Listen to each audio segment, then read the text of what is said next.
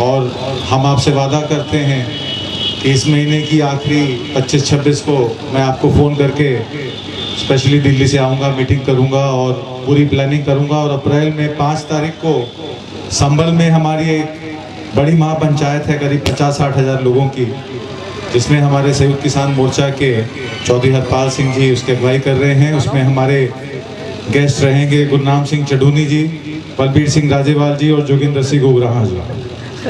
जोगिंदर सिंह उग्राहा जी किसान मजदूर एकता उग्राहा के चीफ हैं और 4 से 4.5 लाख आदमी उनकी रैली में पार्टिसिपेट करते हैं जब वो कॉल देते हैं। इतना उनका जोर है।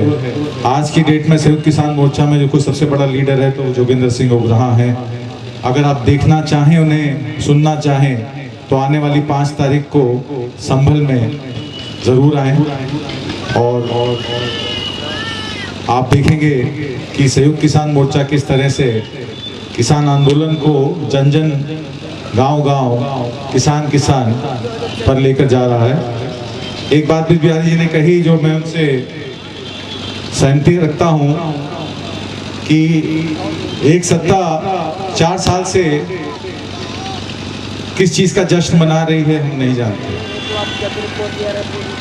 आदमी भूख से मर रहा है, किसान रोटी को मोहताज है, किसी के पास नौकरी नहीं है, डीजल पेट्रोल 100 रुपये लीटर है, 200 रुपये में राशन घर का नहीं आता है। ये जश्न किस बात का है बताएं तो सही योगी जी, ये जश्न किस बात का मना रहे हैं? अपनी पार्टी के नेताओं का ग्रामीणों द्वारा सामाजिक बहिष्कार से नाराज हैं ये लोहितागण, लेकिन इन्हें किसानों की कुर्बानियां नहीं दिखती हैं। अंबानी की जान को खतरा है, न्यूज चैनल पर रोज दिखाया जा रहा है अंबानी की जान को खतरा है। अंबानी के घर के नीचे गाड़ी खड़ी थी, कोई उसमें जेलेटिन बॉम्ब मिले, एक पुलिस वाला सस्पेंड हो गया, के खिलाफ इंक्वायरी चल रही है।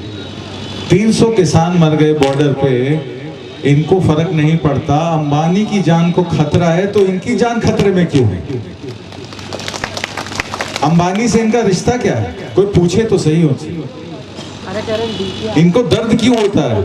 अंबानी के नाम पे और अदानी के नाम पे दर्द होता है और किसानों की मौतों पे ये शोक शुबा भी नहीं करते, पार्लियामेंट में उसको मेंशन भी नहीं करते, उसका कोई जिक्र भी नहीं होता। ये देश बिक गया है।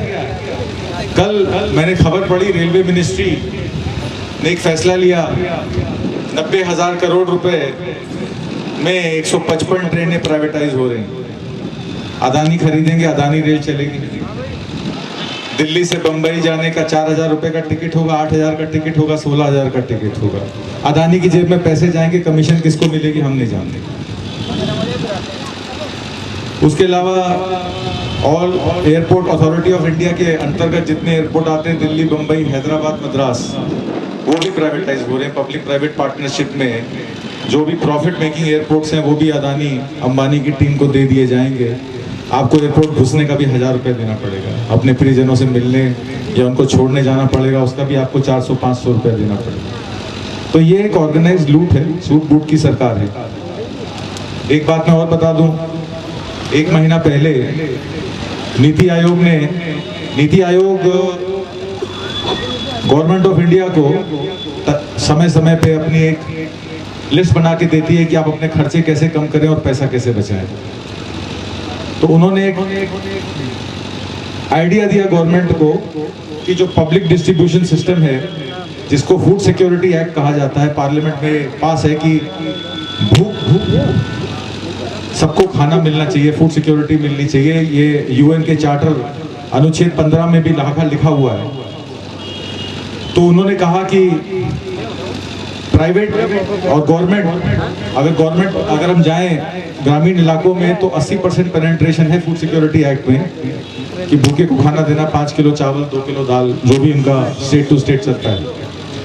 और अर्बन पीडीएस सिस्टम में 60% इनकी पेनिट्रेशन है, कवरेज है। तो कुल मिला के 70% कवरेज है इनकी गांव, देहात और शहर में मिला के, जिसमें इनको बशर्ते सस्ता राशन हर एक आदमी को, हर एक गरीब को मुहैया कराना है।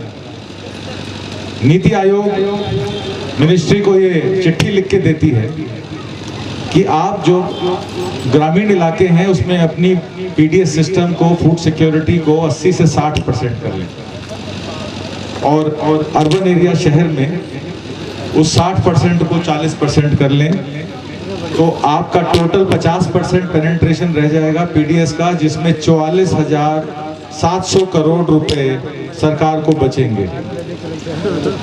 इसका सीधा सीधा मतलब ये है कि गवर्नमेंट 50,000 करोड़ बचाएगी, पर कितने लाख लोग भूखे मर जाएंगे इसकी गिनती कोई नहीं बताता।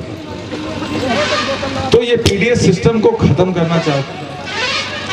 एमएसपी देने की बारी आती है तो कहते हैं हमारे पास पैसा नहीं है, और पार्लियामेंट बनाने के लिए, सेंट्रल विस्टा प्रोजेक्ट के लिए इनके पास 31,700 करोड़ रुपए आ जाते हैं। हवाई जहाज खरीदने के लिए 11,000 करोड़ रुपए आ जाते हैं। राफेल विमान खरीदने के लिए 8,000 करोड़ रुपए आ जाते हैं। पर इनको, गरीब को, भूखे को, एक मजदूर को उसकी दिहाड़ी देने में, एक गरीब को खाना देने में उनको परेशानी है। तो मैं अगला निमंत्रण प्रबल प्रताप शाही जी को देना चाहूंगा। हमारे राष्ट्रीय प्रवक्ता भी हैं और काफी समय से इस ऑर्गेनाइजेशन के साथ जुड़े हैं, संयुक्त किसान मोर्चा के साथ भी जुड़े हैं, गोरखपुर को बिलोंग करते हैं।